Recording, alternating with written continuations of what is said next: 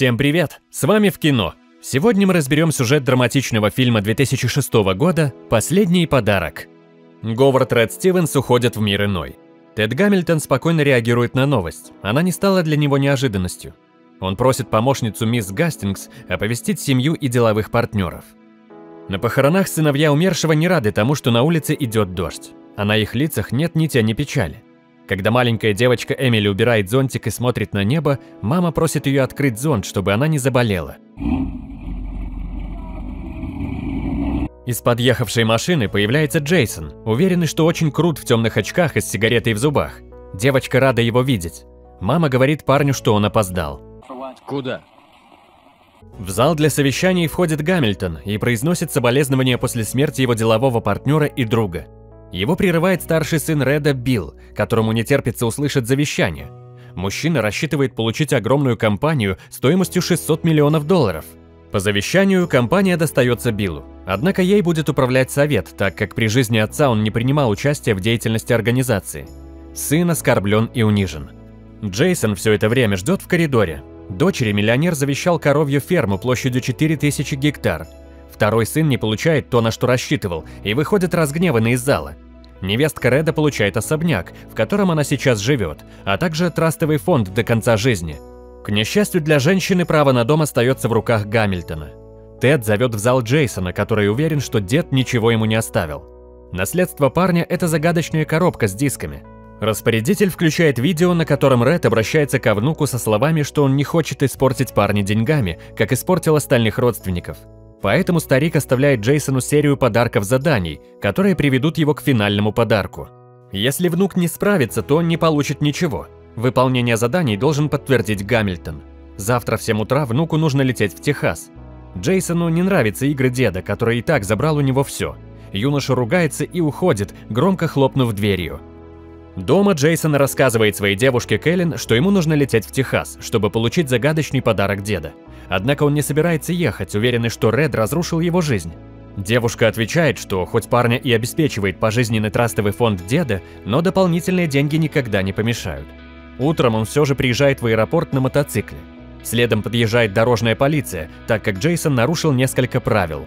Он берет билет у мисс Гастингс и даже не заглянув в него, по привычке садится в бизнес-класс. Однако стюард заявляет, что место пассажира в салоне самолета. В аэропорту Джейсона встречает Газ. Он улыбается, понимая, что парень не работал ни дня в его жизни. По дороге старик говорит гостю, что его дед был очень трудолюбивым человеком. Парень удивляется, когда слышит, что они едут по владениям Газа уже полчаса. Подъехав к дому, хозяин сообщает, что завтрак в 5 утра. Джейсон спрашивает про подарок, на что старик лишь усмехается. Значит, вот так выглядит ад. Когда утром гость не приходит вовремя на завтрак, хозяин заходит в комнату и будит его электрошокером. Двое приезжают на место, где Газ показывает парню, как вкапывать столбы. Однако тот ленится, целый день валяется и безуспешно пытается поймать сигнал мобильной сети. На следующий день хозяин снова оставляет Джейсона в поле, и вечером видит, что тот доволен собой, хотя столбы он вкопал так себе. Газ привязывает столбы к машине и, едва тронувшись, вырывает их все.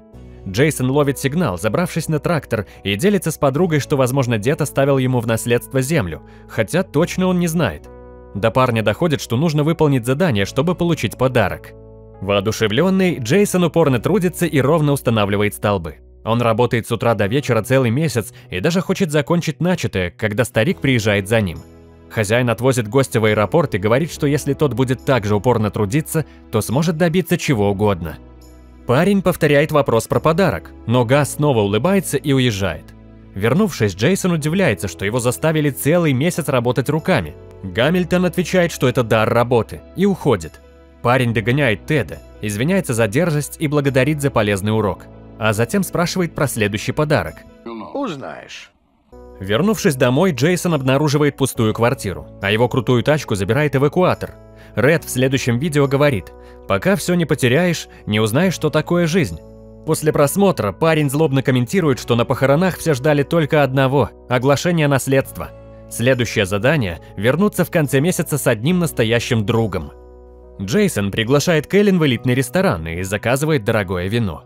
Подруга думает, что он хочет сделать ей предложение, но вместо этого парень просится пожить у нее, соврав, что в его квартире идет ремонт. Официант говорит, что на карте клиента нет денег. Тогда Джейсон просит Кэлен оплатить счет. Девушка возмущается и просто уходит. Джейсон удивляется, что никто из друзей не соглашается пустить его к себе на несколько дней. Даже собственная мать отказывает сыну, так как Гамильтон предупредил женщину, что она может потерять свою долю наследства. Парень просыпается у бассейна, откуда его прогоняет горничная. Совершенно потерянный, он садится на скамейку в парке, но бомж уверен, что это его скамья. Бездомный заявляет, что это свободная страна, и у всех на нее равные права. Парень отвечает, что это не так, здесь для каждой мелочи нужны деньги. Двое соглашаются бросить монетку, но у них пустые карманы. Подходит Эмили и дает им монетку, но бомж сразу же с ней убегает. Девочка вспоминает, что видела парня на похоронах. Подбегает мама девочки Алексия и извиняется за беспокойство. Джейсон отвечает, что все в порядке. Эмили восклицает: «Ничего себе, друг!». Парню приходит в голову мысль, и он предлагает маме с девочкой странную идею – стать его друзьями. Эмили отвечает, что это звучит не странно, а жалко. Целый месяц Джейсон спит на лавочке и с грустью смотрит, как подружка изменяет ему с другим. В последний день задания парень видит, как бомж пытается украсть еду у Алексии и Эмили. Отвали от них! Джейсон отгоняет от них бездомного и рассказывает про свое задание, вот только он ничего не может пообещать взамен. Алексия молчит, но похоже, что юноше ей нравится. Парень приводит своих новых знакомых к Гамильтону, где Эмили заявляет, что будет дружить с Джейсоном до конца жизни, а Алексия задумчиво смотрит на дочь. Девочка просит нового друга пойти с ними на пикник в парк. Парень ехидно отвечает «конечно» и уходит. В следующем сообщении Ред говорит, что внук совершенно не умеет ценить деньги. Парню выдают зарплату за работу в Техасе. Его следующее задание – потратить эти деньги на того, кто действительно в них нуждается. Джейсон хочет поделиться с бомжом, но тот убегает, бросив на землю сумочку Алексии. Внутри он замечает счета за медицинские услуги, а придя в больницу, находит палату Эмили. Парень оставляет сумку, а в коридоре он сталкивается с Алексией и узнает, что у ее дочери лейкемия. Джейсон хочет отдать им деньги, но женщина гневно отвечает, что для него это всего лишь игра ради наследства деда. Парень видит частного детектива Гамильтона и просит его заплатить за лечение Эмили. Джейсон зарабатывает недостающие для оплаты счета деньги и отдает их Теду. Следующее задание – собрать семью и посмотреть, смогут ли они найти хоть немного благодарности в себе. Задание совпадает с Днем Благодарения. Джейсон находит Эмили в небольшой церкви при больнице. Девочка встречает его словами «Вот и мой лучший друг». Девочка рассуждает о смерти и о том, как она несправедливо забирает самых близких. Она плачет, спрашивая, что же будет с мамой. Эмили уверена, что Джейсон и мама созданы друг для друга. Это сразу было видно во время их общения в парке. Алексия плачет, когда врач сообщает, что химиотерапии для дочери будет недостаточно. Джейсон слышит разговор с доктором и пытается успокоить девушку. Позже она рассказывает, что бойфренд бросил ее, когда она была беременна. Однако рождение Эмили – это лучшее решение в ее жизни. Девушка благодарит Джейсона за оплату счета за лечение. Он зовет Алексию отметить вместе День Благодарения, но она отвечает, что нужна дочери. Когда Эмили узнает про приглашение, она уговаривает маму согласиться на предложение Джейсона. Девочка смотрит на пару из окна больницы, уверенная, что они созданы друг для друга. Парень в шоке, оказавшись в автобусе первый раз в жизни. Пара приезжает в огромный особняк Стивенсов, где за праздничным столом собралось большое семейство. Все разговоры собравшихся связаны с деньгами. Родственники с издевкой говорят друг другу об их жалких долях в огромном наследстве. Все гадают, кому досталась огромная доля, не указанная в завещании. Когда Джейсон говорит, что в День Благодарения нужно поблагодарить за то, что у них есть, все начинают смеяться над ним. Один из сыновей с издевкой благодарит за то, что в этом году не придется выслушивать нудные речи отца. Когда дети начинают играть коммуникатором Реда, и родственники слышат про подарки миллионера Джейсону, они налетают на него, решив, что большая часть наследства досталась ему. Какие вы все жалкие. Парень понимает, что всю жизнь он был таким же алчным и бесчеловечным, как его семья. По пути обратно Алексия говорит, что Джейсон не такой, как Стивенсы. Однако он заявляет, что деньги решают все, чем очень обескураживает девушку. Она тихо шепчет, что вскоре вернет ему весь долг и уходит. Гамильтон рассказывает про свою покойную жену. Она умерла много лет назад. Джейсон думает, что он по-настоящему влюбился первый раз в жизни. Тед советует юноше беречь любимую и стать мужчиной, которого она заслуживает. Дед в следующем ролике говорит о даре учения. Сначала всегда тяжело, но затем становится легче. Очередное задание – отправиться за границу, куда внуку совсем не хочется лететь. Эмили расстроена, что Джейсон поругался с мамой, однако она просит друга вернуться к Рождеству. Парень летит в Южную Америку, в библиотеку, основанную дедом. Местные жители постоянно приходят сюда за книгами. Здесь работал отец Джейсона незадолго до своей смерти. Библиотекарь показывает письмо Реда, которое было очень дорого миллионеру. Оказывается, это письмо маленького Джейсона, который хотел только одного – побольше времени проводить с отцом и дедом. Когда отец погиб, парень обвинил в случившемся Реда. Несколько дней Джейсон усердно работает в библиотеке. Заходит мужчина и говорит, что он был здесь в день гибели отца. Но он отказывается вести парня на место трагедии, так как это очень опасно. Вечером местные жители устраивают праздник в честь отца Джейсона, который очень много сделал для библиотеки и их поселения. Джейсон с тоской вспоминает папу. Утром парень берет джип и едет искать место гибели отца. Местный вылазит из багажника. Он догадался, что юноша решится на опасное путешествие. По просьбе Реда мужчина рассказывает правду о катастрофе. Джейсона всю жизнь убеждали, что отец взял самолет деда, чтобы спасать людей. На самом деле ему был скучен нефтяной бизнес Реда. Он мечтал летать и угнал самолет, но не справился с управлением. Местные бандиты хватают туриста с проводником и предупреждают, что убьют их через пару недель, если никто не привезет выкуп. Все книги из джипа они сжигают. Запертый в тесной камере, Джейсон учит испанский язык. Через несколько дней бандиты выводят пленников наружу, запугивают и начинают стрелять в воздух, желая счастливого Рождества. Они добавляют, что завтра казнят бедолаг. Бандиты напиваются и забывают запереть дверь камеры. Джейсон выбирается наружу, вырубает охранника, спасает товарища, и они вместе успевают сбежать.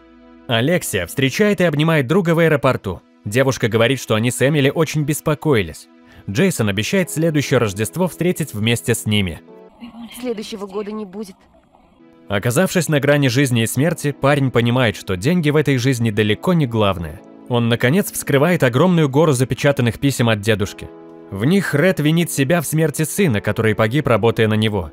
Он также просит прощения у Джейсона за то, что тот потерял отца. Ред так никогда и не простил себя после смерти сына. Джейсон приходит в больницу к Эмили, которая выглядит очень ослабшей и бледной. Девочке грустно от того, что друг не прилетел к ним на Рождество. Парень отвечает, что он сильно скучал. Эмили заявляет, что хочет отмечать Рождество и кататься на лошади прямо сейчас, несмотря на попытки друга возразить. Джейсон просит у Гамильтона частный самолет деда. Тот хочет отказать, но вмешивается мисс Гастингс и разрешает взять его. Трое летят в Техас, где их встречает Газ в празднично украшенном доме. Эмили как будто попадает в рождественскую сказку. Джейсон говорит, что привез сюда девочку, чтобы исполнить ее мечту о лошадях. Алексия плачет и отвечает, что дочка рассказала ему мечты мамы. Сама Эмили боится лошадей. На следующий день ребята вчетвером едут на прогулку. Джейсон целует Алексию, а Эмили и Газ радуются за пару.